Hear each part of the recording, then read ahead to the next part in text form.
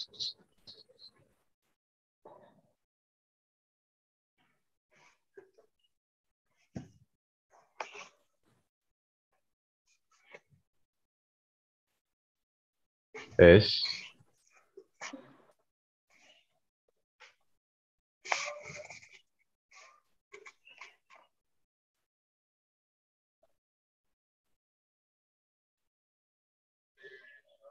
Yes.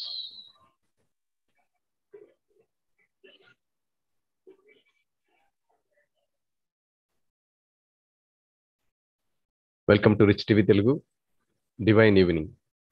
ప్రతిరోజు మనం ఉదయం సాయంత్రం ఈ దివ్య ధ్యాన జ్ఞాన తరగతిలో ధ్యాన సాధన సజ్జన సాంగత్యం చేస్తున్నాం.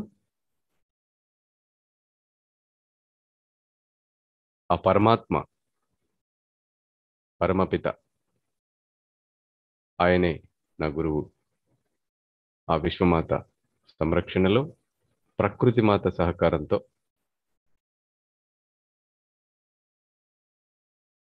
ఈ తరగతిని నేను ఆ విశ్వం యొక్క సంకల్పంలో భాగమైన విశ్వ కళ్యాణార్థం నిర్వహిస్తున్నాను. ఆ పరమాత్మ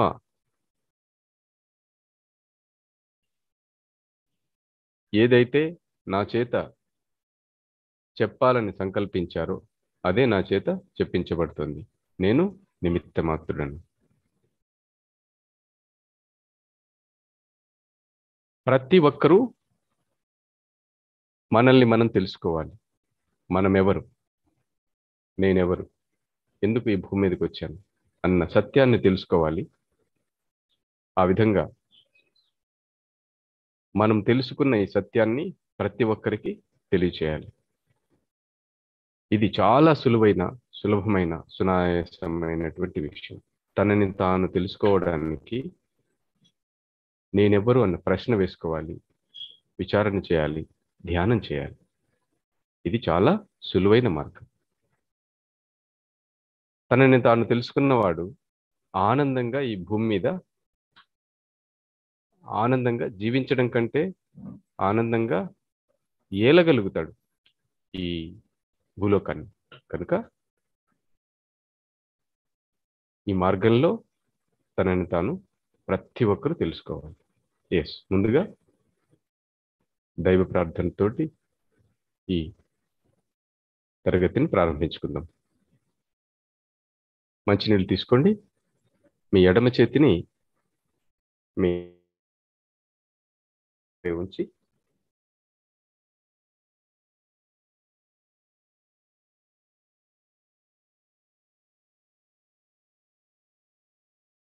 ఇవ్వండి.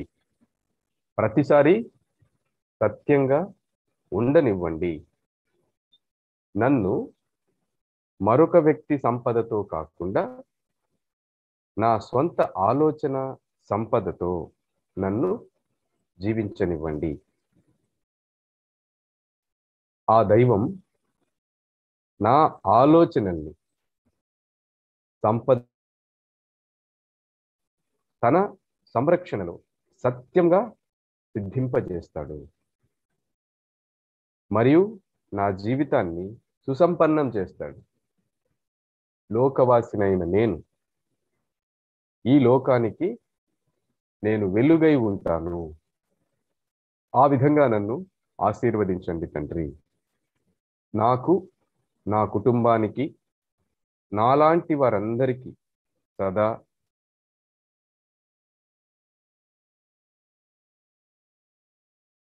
ఆయుర్ ఆరోగ్య ఐశ్వర్యాభివృద్ధిరస్తు. తథాస్తు తథాస్తు తథాస్తు. లోకా సమస్త సుఖినో భవంతు. So be it, so be it, so be it. ఆరోగ్యమస్తు, ఐశ్వర్యమస్తు, అమృతమస్తు. చక్కగా కళ్ళు తెరిచి నీళ్ళు తాగండి.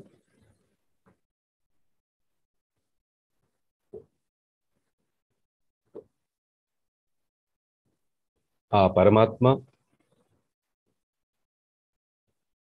ఆ విశ్వమాత సంకల్పమైనటువంటి ఈ తరగతిలో ఆ పరమ గురువులు, ఆ విశ్వ గురువులు మనకు ఈ జ్ఞానాన్ని బోధిస్తున్నారు. అందులో భాగంగా గ్రేట్ మాస్టర్ టీచర్ రామ్తా గారు రామ్తా ది వైట్ బుక్ ద్వారా మనకి జ్ఞానాన్ని అందిస్తున్నారు. Yes master, please continue. Page number అన్మిట్ 289 page number.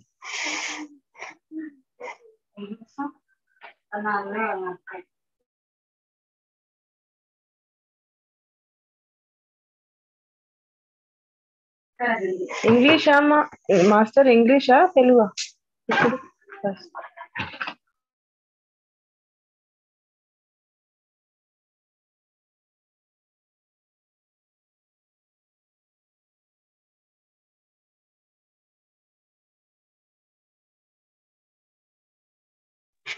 ఇంగ్లీష్ చదవమంటారా మాస్టర్ ఇప్పుడు?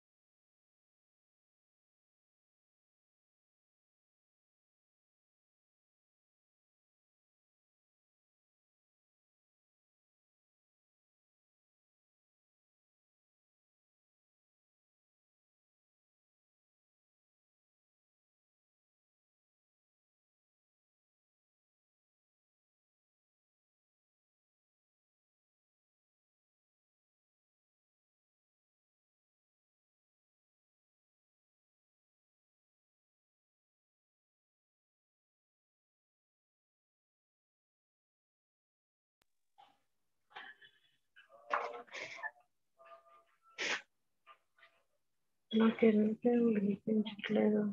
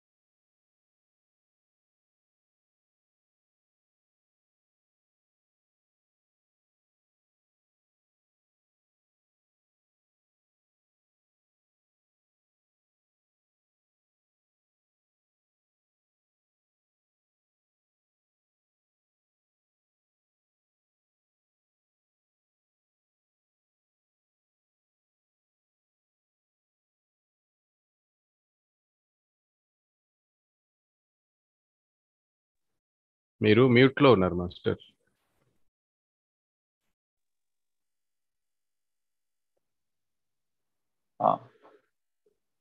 ఉందా? చదవమంటారు? మాస్టర్ తెలుగా ఇంగ్లీషా? ఇంగ్లీష్. ఇంగ్లీషా? Yes. 289 page number. Last para. Okay. Man, not God, judges man. And man in his creativity has devised the balance of good and evil to take from his brothers their freedom of expression, the fear of punishment for not being in line with religious dogma, or the law of garments has been the sword that has ruled and controlled nations for ages. And if ever there were what you call in your terms an evil thing, it is that which takes away the freedom of an entity to express the God within him. And each time that is done to another, it is also being done to self, and more profoundly so. For whatever judgment or limitation you place upon another, it becomes a law within your own consciousness. And by that law, so shall be limited, and so shall you judge yourself. మానవుడి తప్పొప్పులన్నీ నిర్ణయిస్తున్నది మానవుడే తప్ప దైవం కాదు. సోదర మానవుల భావ స్వాతంత్రాన్ని హరించే మంచి చెడుల న్యాయ నిర్ణేతల తుల్యతలను మానవుడే రూపకల్పన చేశారు. మత ఛాందసాల రాజశాసనాల ఉల్లంఘన దండనార్హమనే భయమే యుగాల పర్యంతం దేశాలను అదుపులో ఉంచి శాసించే మహాఖడ్గమైంది. మీరు అంటున్న చెడు అన్నది ఎక్కడైనా ఉంది అనుకుంటే ఉనికిలో ఉన్న ఓ జీవి అంతరంలోని దివ్యత్వపు అభివ్యక్తీకరణను ఏది హరించి వేస్తోందో ఖచ్చితంగా అదే అయి ఉంటుంది. మరో వ్యక్తి దివ్యత్వపు వ్యక్తీకరణను హరించి వేస్తున్న మీ చెడు నిర్ణయమే మరింత తీవ్రంగా మీ దివ్యత్వాన్ని కూడా హరించి వేస్తుంది. ఓ వ్యక్తిత్వం మీద మీరు విధిస్తున్న తీర్పు కానీ పరిమితం కానీ మీ చైతన్యంలో కూడా ఓ శాసనంగా రూపుదిద్దుకొని స్థిరంగా ప్రతిష్ఠింపబడుతుంది. ఆ స్వయం ప్రతిష్ఠిత శాసనం వల్ల మీరు కూడా పరిమితులుగానే తయారై ఆ న్యాయమే మీకు కూడా వర్తించి అన్వయించబడుతుంది. Man is not evil in his soul, though he lives under the auspices of it. In a greater understanding, there is no such thing as evil. There is only the platform of life that allows man the option to create from his thinking whatever he chooses. That is only reality there is. In that reality, God allows the illusion of evil to be created through superstition, dogmatic beliefs, and the very limited cloistered attitudes of mankind. And through the continuous observation, judgment, and expectancy of evil, it does indeed exist in one's reality, but only in his reality, for as he believes, so his kingdom is. అంతరంలో ఏ మానవుడు దురాత్ముడు కాదు, ఏ మనిషి దుష్టించుడు కాదు. హింసా ప్రవృత్తి ప్రాపులోనే మానవుడు చరిస్తూ ఉన్నా మరింత ఉన్నతమైన ప్రజ్ఞావగాహనలో ఆ హింస అన్నది లేదన్నది సత్యం. దేన్నైనా ఎంచుకోగల భావ స్వాతంత్రాన్ని సానుకూలం చేస్తున్న మహత్తర జీవన వేదిక మాత్రమే ఉనికిలో ఉంటున్న ఏకైక వాస్తవం అదే.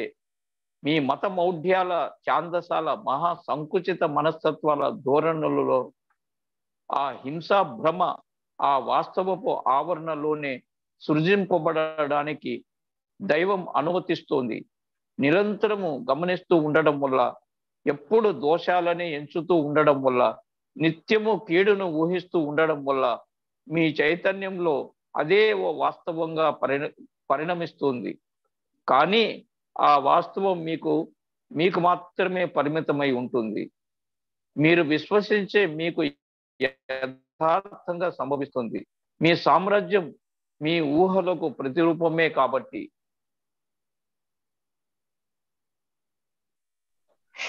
The only laws that exist are those that you create to be effective in your life.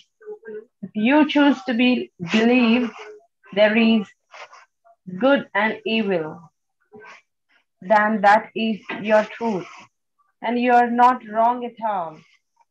But remember, it is your truth, not mine or anyone else. And if indeed it is yours, it collectively belongs to you because it is formed in your opinion. As long as you have that opinion, it will certainly be real.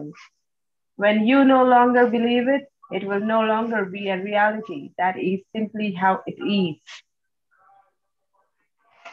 ఇక్కడ ఉన్న నియమాలన్నీ మీ జీవితాన్ని నియంత్రించి ఉంచుకోవడానికి స్వయంగా మీరు సృష్టించుకున్నవే.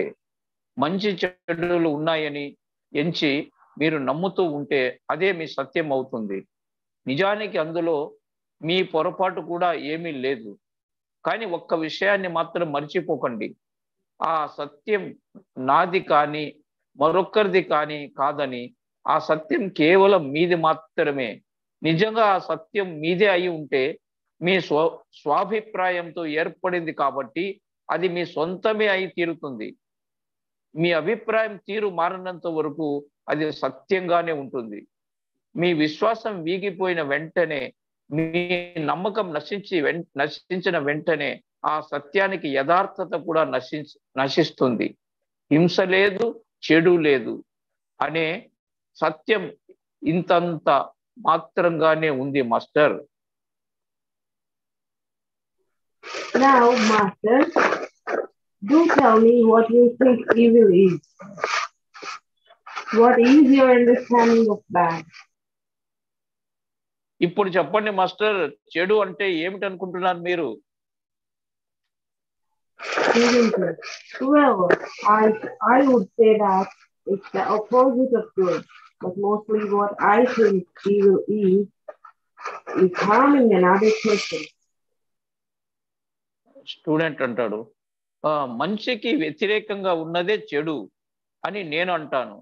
మరో మనిషికి బాధించడమే, హింసించడమే చెడు అని నేను అనుకుంటున్నాను. RAMTHA, indeed, why is that evil? రామ్థ అలాగంటారా? అది చెడు ఎందుకు అవుతుంది?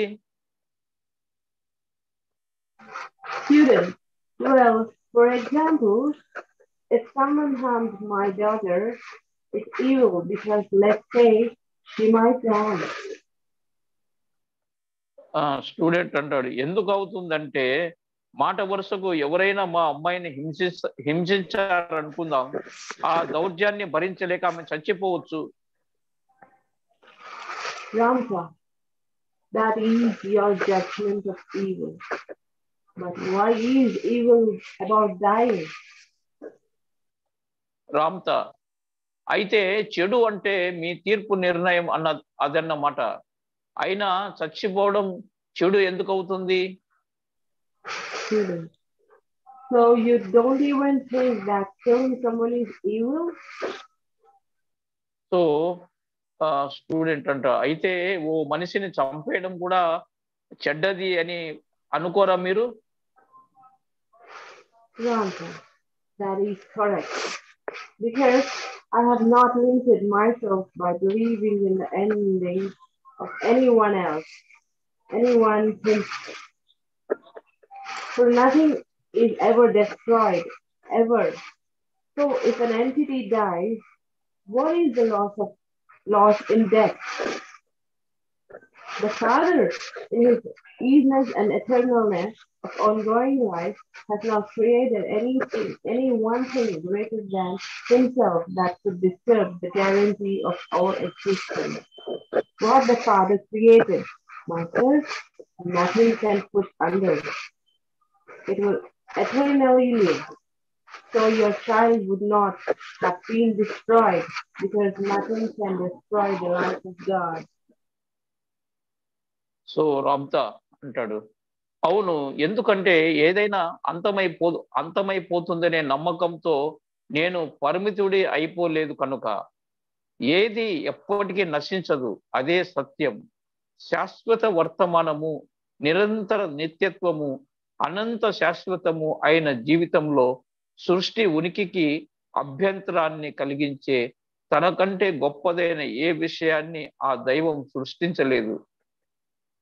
దైవ సృజనను సమాధి చేసేదేది ఈ సృష్టిలో లేనే లేదు. సర్వస్వము జీవితంలో శాశ్వతమే. కాబట్టి మీ అమ్మాయి ఎప్పటికీ మరణించి అంతమైపోదు. దివ్య సృజన అయిన ఈ జీవితంలో ఆమె శాశ్వతంగానే ఉంటుంది. So you are saying that even mother is not wrong or evil? Student అంటాడు, అయితే ఓ హత్య కూడా తప్పు గాని చెడు గాని కాదంటారా మీరు రామ్తాజీ? Yeah, that is correct. రామ్త, అదే సత్యం. I tell you, Master, life is ongoing. It will go on and on and on, and moment into moment into moment.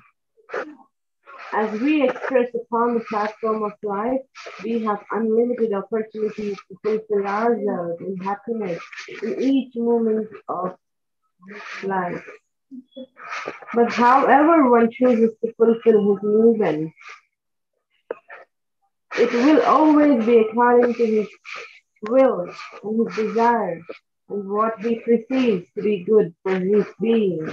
And if in that moment and the entity chooses to play another, then in the next moment he will live in awesome guilt and self-judgment and the fear that somehow that act will come back to him. Thus, his movement becomes are not secure unless he forgives himself for the act. జీవితము మీ voice అనంత కొంచెం వాహిని noise master. వస్తుందమ్మా. రష్మి, మీ voice కొంచెం noise వస్తుంది, check చేసుకోండి.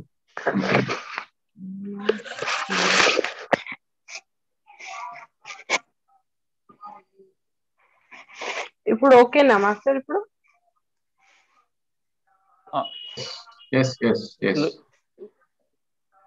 జీవితం ఓ అనంత వాహిని master, శాశ్వతంగా అది కొనసాగుతూనే ఉంటుంది. ఈ క్షణంలోంచి మరో క్షణంలోకి, మళ్ళీ మరో క్షణంలోకి ఎప్పుడు కొనసాగుతూ వ్యక్తీకరిస్తున్న ప్రతి వారికి ఆనందాన్ని పండించుకోవడానికి ఈ జీవన వేదికలో అనంత అవకాశాలు స్వతసిద్ధంగా అమరి ఉన్నాయి. ఏ క్షణాన్ని ఎవరు ఎలా వినియోగించుకుంటున్నా ప్రతి ఒక్కరూ ఆ వినిమయాన్ని తమ సొంత ఇచ్ఛాశక్తితోనే, సొంత కోరికతోనే, స్వాభిరుచితోనే, తమకు శ్రేయోదాయకమైనదని గ్రహిస్తున్న మనోవృత్తితోనే చేస్తున్నారు. ఆ నిర్ణయం వారిదే, ఆ ఎంపిక వారిదే. అదే మానవుడికి ఉన్న నిజమైన ఏకైక శాసించే శక్తి. ఆలోచన సామ్రాజ్యము అంతరంలో అనుభూతి మానవుడి సొంతం. మీ ప్రభుత్వాలు, మతాలు, చట్టాలతో, న్యాయాలతో, శాసనాలతో, నిబంధనలతో ప్రజల్ని అదుపులో పెట్టడానికి ప్రయత్నించవచ్చు. కానీ అవేవి మహానిశ్శబ్దంగా సాగిపోతున్న ఆలోచనల తీరుతో ప్రవర్తించే ఓ దేహదారి ఇచ్ఛాశక్తిని మాత్రం ఏమాత్రం శాసించలేవు. దాన్ని శాసించగలగడం ఆ దేహదారికి మాత్రమే సాధ్యమవుతుంది. క్షణికోద్రేకంతో ఓ మనిషిని చంపేసిన, ఆలోచించి ఓ మనిషిని చంపేస్తున్న అనుభూతిని పొందిన ఆ రెండు ఒకటి, మరో దానికి ఏమాత్రం తీసిపోవు. ఓ ఆలోచనతో ఓ కార్యాన్ని మీరు నిజంగా చేసినట్లే అవుతుంది. ఎప్పుడో ఒకప్పుడు ఎవరినో ఒకరిని ఆలోచనలలో చంపేన వాడు ఒక్కడు కూడా ఎక్కడా ఉండడు. ఆ అనుభవాలలో ఏదో ఒకదాన్ని ఆ దేహదారి తన లక్ష్య సాధన కోసం, పరిపూర్ణ ఆత్మావగాహన కోసం అవశ్యంగా పొంది తీరాల్సి ఉంటుంది. చంపుతున్న వాడి వ్యక్తీకరణలో ఉన్న ఆ చంపబడుతున్న వ్యక్తి హంతకుడికి బలి పశువు కాదు అని మీరు అర్థం చేసుకోవాలి. ఆ వధించబడుతున్న దేహదారి మంటల్లో తగలబడ్డాడన్నో, తెగ పడ్డాడన్నో, మానభంగాన్నో తన అనుభవ అవకాశంగా సంకల్పించి ఉండవచ్చు. స్వీయ సంకల్పంతో అతి భయంకరమైన ఆ అనుభవాన్ని ఆ దేహదారి ఆకర్షిస్తాడు కనుక అదే అతడి ముందుకు వస్తుంది. ఈ విధంగా చంపడానికి ఉద్యమిస్తున్నవాడు, చంపబడడానికి సిద్ధమవుతున్నవాడు వారి వారి జ్ఞానాధ్యాయాలన ఆవశ్యకత వల్లే ఒకరికొకరు ఆకర్షించుకుంటున్నారు.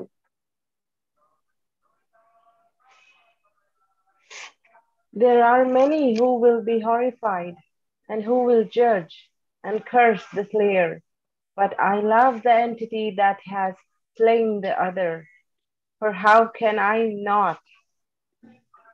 Is he outside of the providence and the life and the wonderment of God. Nay, he is not, Master. హంతకుడికి భయపడే వాళ్ళు, శిక్షలు నిర్ణయించే వాళ్ళు, శాపాలు పెట్టే వాళ్ళు ఎందరో ఉంటారు. కానీ ఆ హంతకుణ్ణి నేను ప్రేమిస్తాను. అతన్ని ప్రేమించకుండా నేను ఎలా ఉండగలను? దివ్యత్వానికి, జీవితానికి, అద్భుత దైవావరణకు వెలుపల అతడు లేడు కదా. లేనే లేడు master.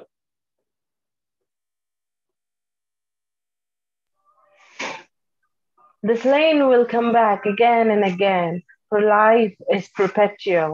He is continuous. It is the only thing that is perpetual, yet it is all things.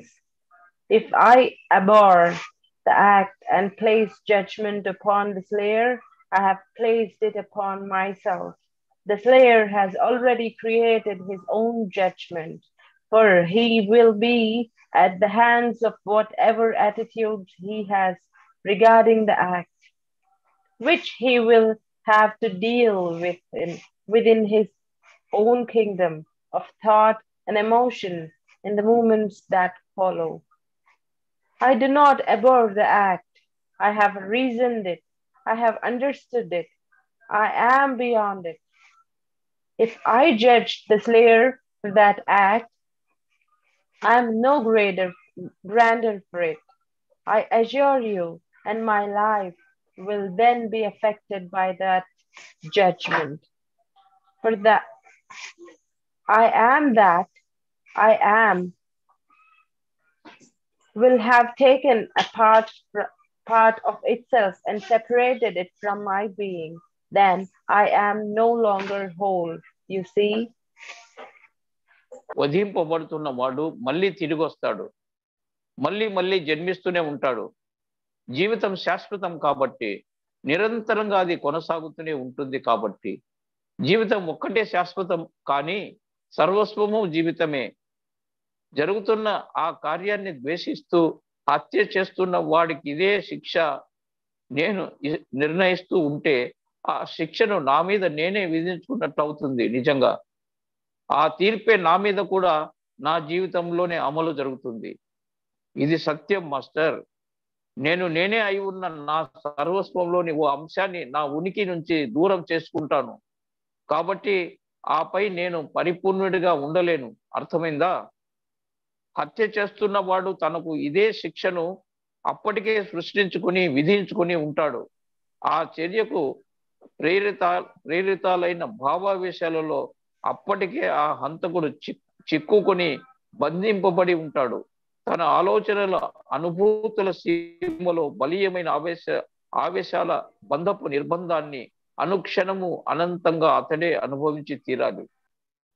ఆ చర్యను నేను ద్వేషించడం లేదు, సహేతుకంగా విశ్లేషిస్తూ ఉన్నాను, అర్థం చేసుకుంటూ ఉన్నాను. దానికి అతీతున్నే నేను. When you see such things, there are fulfillments occurring.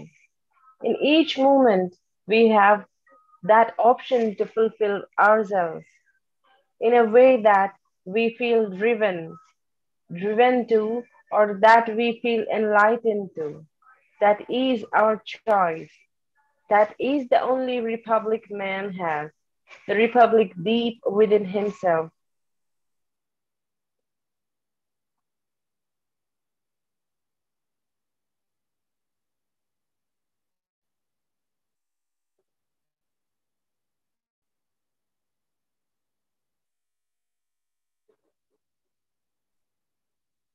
Your governments will try to govern the mass according to the law and rules and regulations, but they will never govern the will of an entity that works in the silence of his own thought processes. Only the entity can do that. And each moment he lives, he balances the moment according to his own emotional being. I say in this audience that there is no grander teacher than you are, and that each is wholly responsible for his own life accord. For are we not the ones who in thought do one thing? And is it not the manifestation of that one thing that will teach our thoughts to be more refined?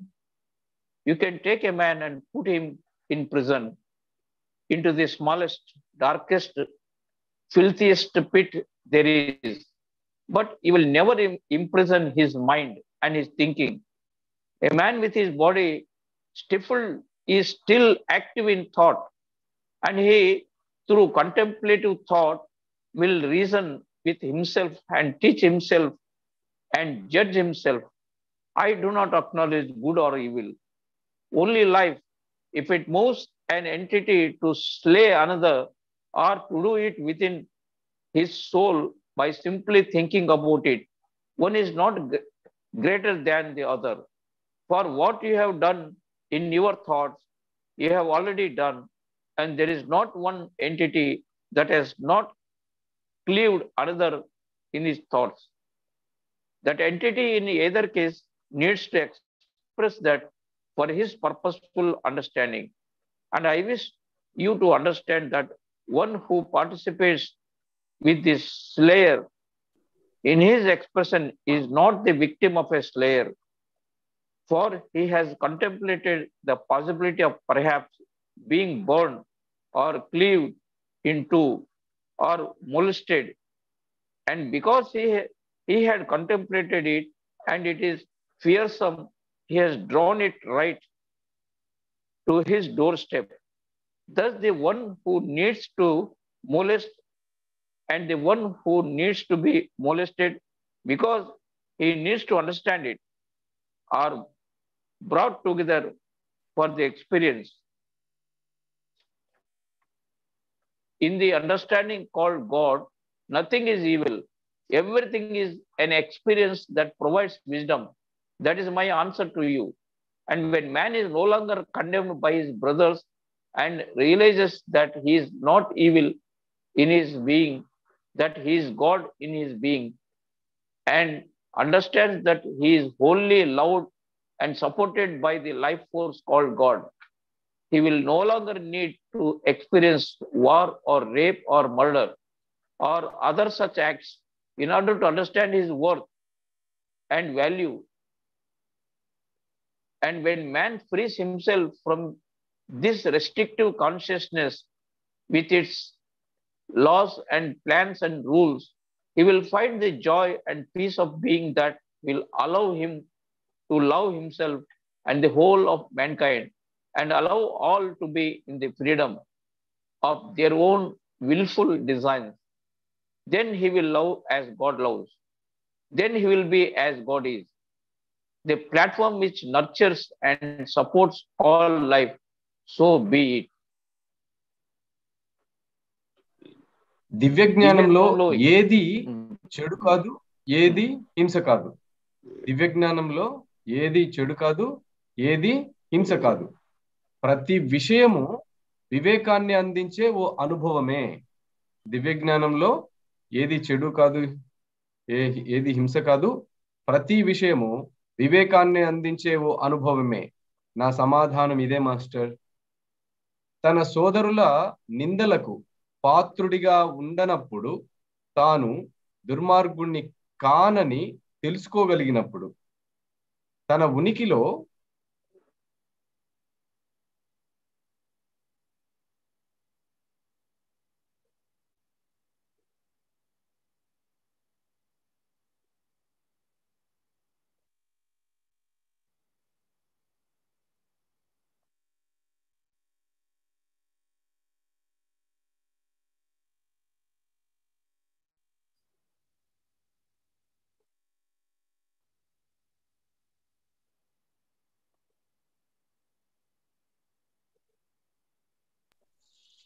Sound రాలేదు master.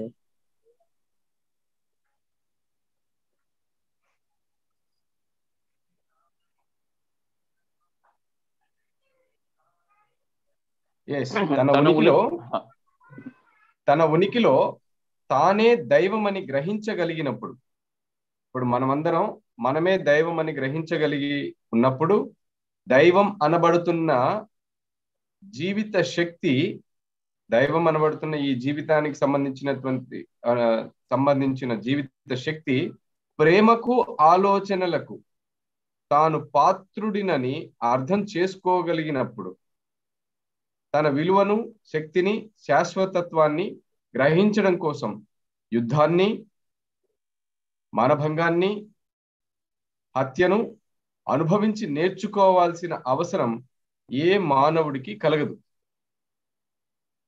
పరిమిత న్యాయాలతో ప్రణాళికలతో నిబంధనలతో మహాసంకుచితమైన ప్రజ్ఞాబంధం నుంచి విముక్తుడైన మానవుడు పరమానందాన్ని పరమశాంతిని ప్రాప్తించుకుని ఆత్మ ప్రేమికుడై జగత్ ప్రేమికుడై స్వాభిప్రాయాల ఇచ్ఛా స్వాతంత్ర్యంతో సర్వుల జీవనాన్ని స్వేచ్ఛగా సాగనిస్తాడు. దైవంలాగే పూర్ణ ప్రేమికుడు అవుతాడు. దైవంలాగే తయారవుతాడు. జీవితాధారంగానే జీవిత పోషకుడిగానే తయారవుతాడు. అలాగే మానవుడు ఉండుగాక. అంటే దైవం ఏ విధంగా ఆలోచిస్తుందో అదే విధంగా మానవుడు కూడా ఆలోచించగలిగినప్పుడు ఈ కళ్ళ ముందు జరిగేవన్నీ కూడా మీరు ఆ దైవం చూసే విధంగా చూడగలుగుతారనమాట. Yes, next student. There are two people who have come into my life recently, and I want to know what their purpose is in my life and whether we have been together before in other lives. Master student రామ్తాజీ, ఇటీవలే నా జీవితంలోకి ప్రవేశించిన ఇద్దరితో నా బంధం నానాటికి బలీయం అవుతుంది. ఈ బంధం ఎందుకు ఏర్పడుతుందో నాకు తెలుసుకోవాలని ఉంది. గత జన్మల నుంచి కొనసాగుతున్న బంధమా మాది? Ramtha, the reason they are in your life entity is because you want them there and they want to be there. What greater purpose can there be than that? Ramtha అంటాడు, వాళ్ళు సమీపంలోనే ఉండాలని మీతో పాటే ఉండాలని వాళ్ళు అనుకుంటున్నారు కాబట్టి ఆ బంధం ఏర్పడుతుంది. అంత కారణం మరేముంటుంది? Student, but I'm not sure whether I want them in my life. I thought maybe they were there because of some karmic ties we had with each other, and that there was something we needed to learn from each other. Student అంటాడు, కానీ వాళ్ళు నాతో పాటే ఉండిపోవాలని నేను అంతగా కోరుకోవడం లేదు కదా. ఏ కర్మబంధము మమ్మల్ని ఇలా కలిపింది అని మేము నేర్చుకోవాల్సింది ఏదో తప్పకుండా ఉంటుంది అని నేను అనుకుంటాను.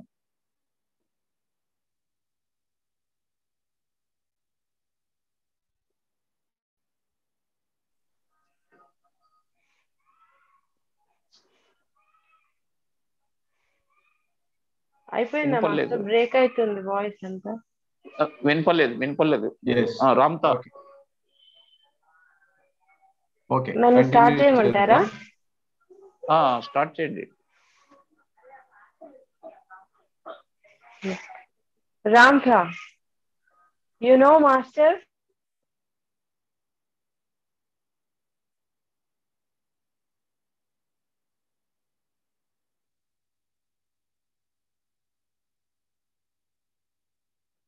మాస్టర్ అది చదివేయండి, ఆ పేజ్ తోటి కంప్లీట్ చేద్దాం. మీరు చదివేయండి, తన వాయిస్ బ్రేక్ అవుతుంది.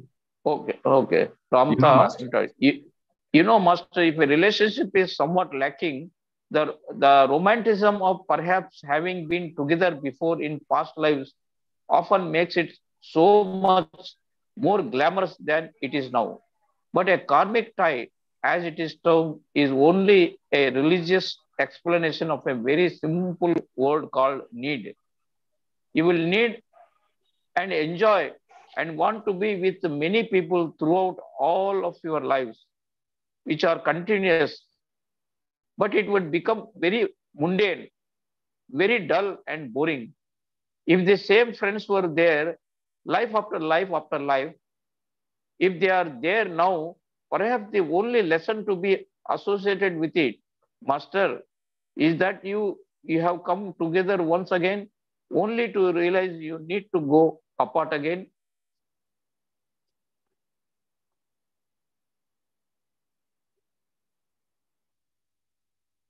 రామ్థ, ఏ సంబంధము ఏమంత ఆప్యాయంగా బలీయంగా నెలకొని ఉండని పరిస్థితిలో గత జన్మల నుంచి కొనసాగుతున్న బంధం మాది అని అనుకుంటూ ఉంటే ఆ సంబంధం మరింత రంజుగా, అందంగా, మెరుగ్గా కనిపిస్తుందన్న విషయం మీకు బాగా తెలుసు మాస్టర్. కానీ కర్మబంధం అని దేన్ని మీరు అనుకుంటున్నారో అది అవసరం అనే అతి చిన్న మాటకు బదులు మతం వర్ణించి చెబుతున్న మరో మెరుగైన మాట మాత్రమే. అనేక మందితో కలిసి ఉండాల్సిన, కలిసి ఆనందించాల్సిన అవసరం మీ అన్ని జన్మ పరంపరలోనూ ఉంటూనే ఉంది. కానీ పాత స్నేహితులతోనే అనేక జన్మల పాటు కొనసాగుతూ ఉండడం ఓ నిస్సారమైన, విసుగు పుట్టించే లౌకిక వ్యవహారంగానే తయారై తీరుతుంది. అప్పటి ఆ మనుష్యులే ఇప్పటి జన్మలో కూడా మీ సాహచర్యంలో కొనసాగుతూ ఉంటే ఆ కలయికలన్నీ మళ్ళీ మరోమారు విడిపోవడానికి అని మీరు అర్థం అవ్వటానికి మాత్రమే పనికొస్తాయి. Student. Yes, master. Thank you. Salma. Yes. ఒక 5 minutes మెడిటేషన్ చేద్దాం. రిలాక్స్. సో ఈ సెషన్లో మాస్టర్ మనకి మంచి చెడుల గురించి చక్కగా వివరించారు. మన దృష్టిలో ఏది చెడు, ఏది మంచి అని అనిపిస్తుందో అది దైవం దృష్టిలో వేరుగా ఉంటుంది, సమానంగా ఉంటుంది. అదే దైవ ప్రజ్ఞ, అదే ఆ దైవత్వపు స్థితి, అది దైవత్వపు ఉనికి. అలాగే కర్మబంధం గురించి స్పష్టమైన అవగాహన ఇస్తున్నారు. ఓ సంబంధం ఏమంత ఆప్యాయంగా బలీయంగా నెలకొని ఉండని పరిస్థితిలో గత జన్మల నుంచి కొనసాగుతున్న బంధం మాది అని మనం అనుకుంటూ ఉంటే ఆ సంబంధం మరింత రంజుగా, అందంగా, మెరుగ్గా కనిపిస్తుందన్న విషయం మీకు బాగా తెలుసు మాస్టర్. మనం గనక ఆ బంధాన్ని ఇది మాదే, గత జన్మల నుంచి మేము ఇలాగే కొనసాగుతున్నాం అని గనక మనం అనుకుంటే అది చక్కగా కర్మబంధం అని దేన్ని మీరు అంటున్నారో, మనం ఏదైతే కర్మబంధం అని అనుకుంటున్నామో ఆ కర్మబంధం అవసరమనే అతి చిన్న మాటకు బదులు మతం ఏం చెప్తుంది? అది అవసరమైంది. ఆ సమయంలో, ఆ పరిస్థితిలో ఇది నా కర్మబంధం అని మనం అనుకున్నాం కనుక అది కర్మబంధం అయింది. అంతే తప్ప అది ఆ అవసరాన్ని బట్టి అలా తయారైంది. దాన్ని అవసరం అనుకుంటే సరిపోతుంది. మాస్టర్ ఏం చెప్తున్నారంటే అది మీకు ఆ సమయంలో ఒక అవసరంగా పరిణమించింది కాబట్టి అది అలా తయారైంది.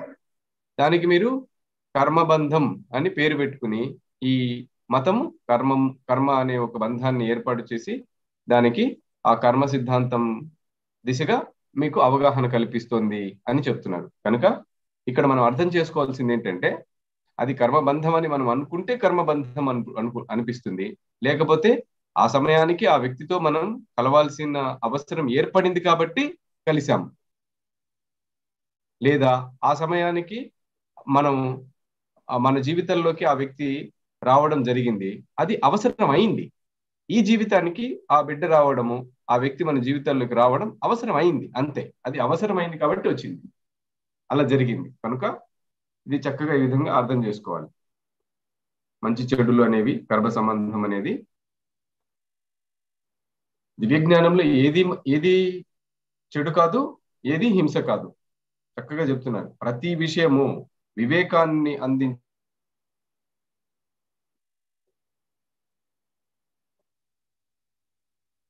అది ఆ జీవితానికి, ఆ వ్యక్తి యొక్క జీవితంలో అతను ఒక అనుభవాన్ని సంపాదించుకోవడం కోసం మాత్రమే. అది చెడు మంచి అని నీవు నిర్ణయించడానికి కూడా లేదు. ఆ పరమాత్మ దృష్టిలో అంతా సమానమే. ఉన్నది ఒక్క ఒక్కటే, ఆయన ఉనికి మాత్రమే ఉంటుంది. అది శాశ్వతమైంది, అనంతమైనది. అది వర్తమానంలో ఎప్పుడు శాశ్వతంగా ఉంటుందన్నమాట. ఎప్పుడు ఒకేలా ఉంటాడు ఆయన. కనుక ఆ దివ్యత్వంలో ఆయన ఒలలాడుతూ ఉంటాడు. ఆ దైవ ఉనికి అంత దివ్యత్వంతో ఉంటుందన్నమాట. నిన్ను నువ్వు చెడ్డ పని చేశావు, నువ్వు మంచి పని చేశావు అని ఎప్పుడు నిన్ను జడ్జిమెంట్ లేదు అక్కడ. ఏ లైఫ్ మీద జడ్జిమెంట్ లేదు. అన్నీ మనం ఏర్పాటు చేసుకున్నవే. ఈ జడ్జిమెంట్లన్నీ, ఈ క్రియేషన్ అంతా మనదే. ఆయన ఒక్కటే క్రియేషన్, నిన్ను క్రియేట్ చేశాడు అంతే. అదొక్కటే క్రియేషన్ అయింది.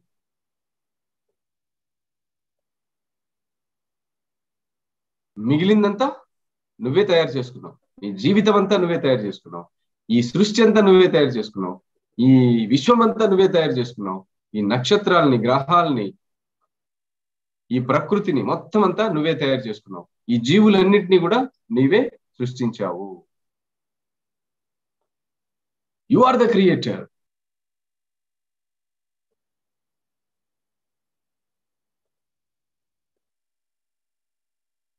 నీవు సహసృష్టికర్తవు.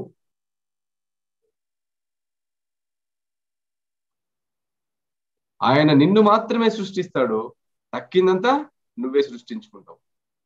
ఏది అన్యంగా లేదు.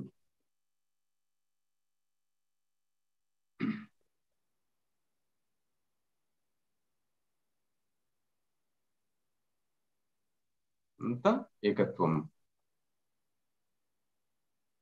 సహజమైన స్థితిలో ఉన్నప్పుడు ఆ ఏకత్వాన్ని మీరు అనుభూతి చెందగలరు. నేనెవరు, నేనెవరు,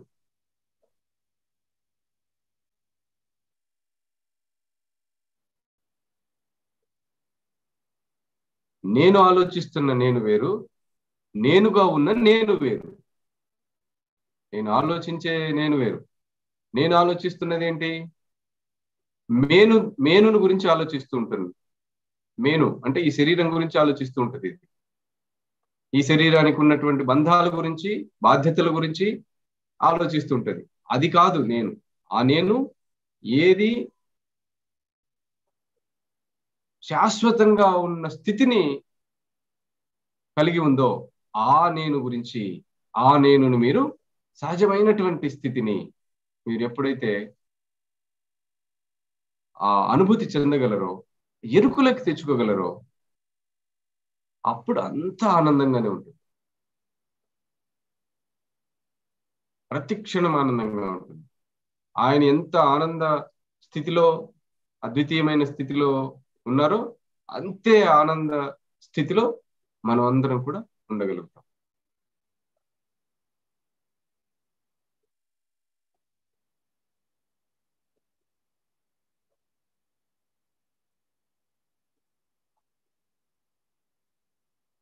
అంత ఆనందమే. అన్ని విడిచిపెడితే అన్ని విడిచిపెట్టేయాలి. అన్ని విడిచిపెట్టి ఏదైతే శాశ్వతంగా ఉంటుందో, ఏదైతే చివరిలో ఉంటుందో, ఏదైతే అనంతంగా ఉంటుందో, ఏదైతే శాశ్వతంగా ఉందో, ప్రస్తుతంలో ఉందో, వాస్తవంలో ఉందో, అదే ఆనందము, అదే సత్యము. అన్నింటినీ విడిచిపెట్టి, ప్రశ్నలన్నింటినీ విడిచిపెట్టి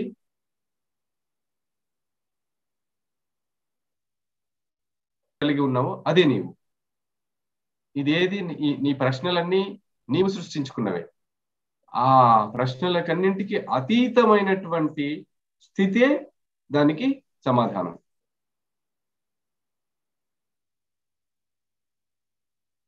ఎస్. చివరి ఒక్క నిమిషం. నీ సంసారాన్ని, నీ బాధ్యతల్ని, నీ బరువుని ఇవన్నీ విడిచిపెట్టి ఈ క్షణంలో నువ్వు దేనిగా ఉన్నావో అదే నీవు. ఆ శక్తితో అనుసంధానమై ఉన్నావు. దివ్యత్వంతో నువ్వు అనుసంధానమై ఉన్నావు. అదే సత్యం.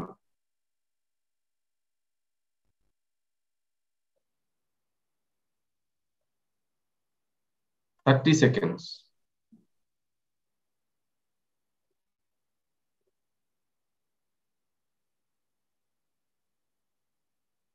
20 seconds.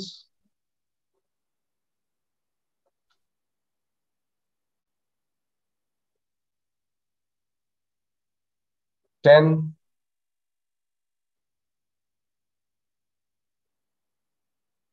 8, 7, 6,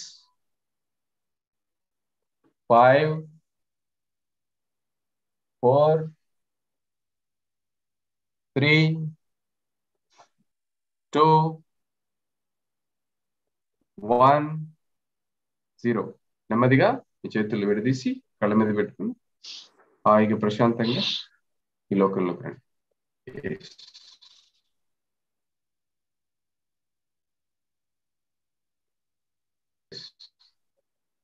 చెప్పండి, మీ అనుభవాలు తెలియచేయండి. Thank you, thank you, thank you. Thanks to great master teacher Ramtha గారు. ఎంత చక్కగా వివరిస్తున్నారో, మనకి అద్భుతమైనటువంటి జీవితం గురించి మనకు బోధిస్తున్నారు. ఎంత ప్రేమ ఉందో చూడండి మన మీద. ప్రతి అక్షరాన్ని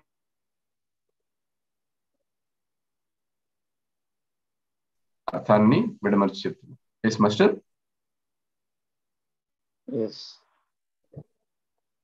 ఏది మంచి లేదు, ఏది చెడు లేదు అని మనం నిర్ణయించుకునేటివే. మంచి చెడు అని మనమే పెట్టుకున్నాం పేర్లు. దేవుని దృష్టిలో అన్ని ఒకటే, అన్ని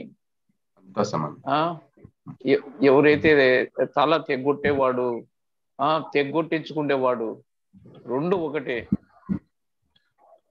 ఎందుకంటే లైఫ్ ఎప్పటికీ శాశ్వతం కాబట్టి, ఆ జన్మ తర్వాత వేరే జన్మ వస్తుంది, ఆ జన్మ తర్వాత ఇంకొక జన్మ వస్తుంది. చనిపోయాడని ఎందుకు బాధపడాలి, అదే అని చెప్పేది.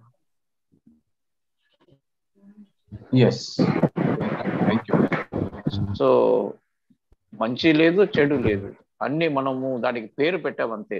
ఇది మంచి, ఇది చెడు, ఇది అది, ఇది అది.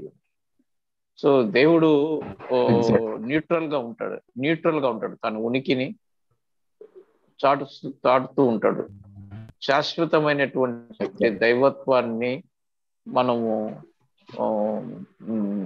ఎంబ్రేస్ చేసుకోవాలంటే వీటన్నిటికంటే ఎదగాలి పైకి. ఎందుకంటే ఒకానొకప్పుడు ఈ రామ్తా ఈ సోడు తీసుకొని ఎంతో మందిని నరికేవాడు కదా, తలలు. అవును. సో కాబట్టి అలా నరికేటప్పుడు ఇవన్నీ అనుకుంటే అది ఆ పని అయ్యేది కాదు. వీళ్ళని నరికానే, ఇంతమంది చంపైనా పాపం వస్తుంది, పుణ్యం వస్తుంది, ఇది అది అని అనుకుంటా అంటే పని అయ్యేది కాదు. అదంతే, ఆ టైం ప్రకారంగా అది జరిగింది, ఇది అంతే. సో ఇవన్నీ పుణ్యము పాపము అనేటివి మనమే పెట్టుకునే పేరు.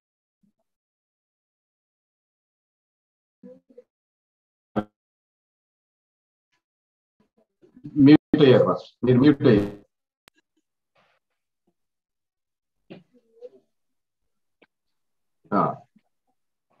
ఓకే. పుణ్యము పాపము మతాల ప్రకారంగా రిలీజియస్ డాగ్మాస్ ఫాలో అయ్యి అనవసరంగా ఇవి చేస్తే ఈ నరకానికి పోతారు, ఇవి చేస్తే స్వర్గానికి పోతారు, ఇలాంటివన్నీ పెట్టుకొని మనుషులు తికమక పడిపోతూ ఉంటారు. ఏమి లేవు, అవన్నీ మనం అనుకునే దాంట్లోనూ ఒక్కటి.